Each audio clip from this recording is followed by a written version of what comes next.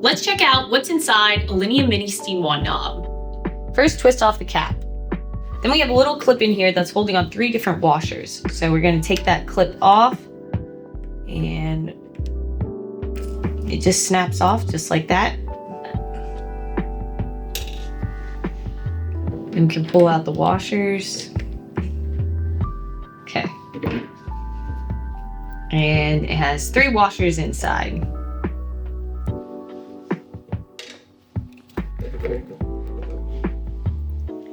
Now that we have the steam knob removed, we can see the internals, and this longer piece sticking out is actually a plunger inside, and that plunger is connected to the steam knob, and that is what, as you're turning your knob, is allowing access to the steam boiler pressure, and that plunger is opening and closing it. And then this clip is sliding into a small groove right on the end of the plunger, and that's how they're all connected together.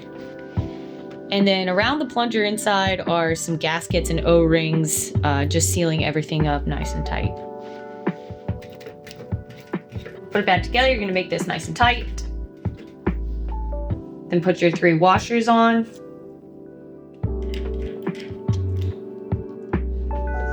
Then you're gonna take your little clip, set it in there,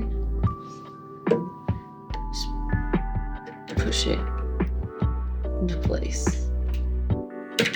There we go, just like that. On any Linea Mini where the serial number starts with LM, this little clip is actually going to be a cotter pin, but the idea of this is the same. But on Linea Minis where the serial number starts with MI, that's going to be the restyled Linea Mini, then it's going to have this little clip. And that's what's inside a Linea Mini steam wand knob.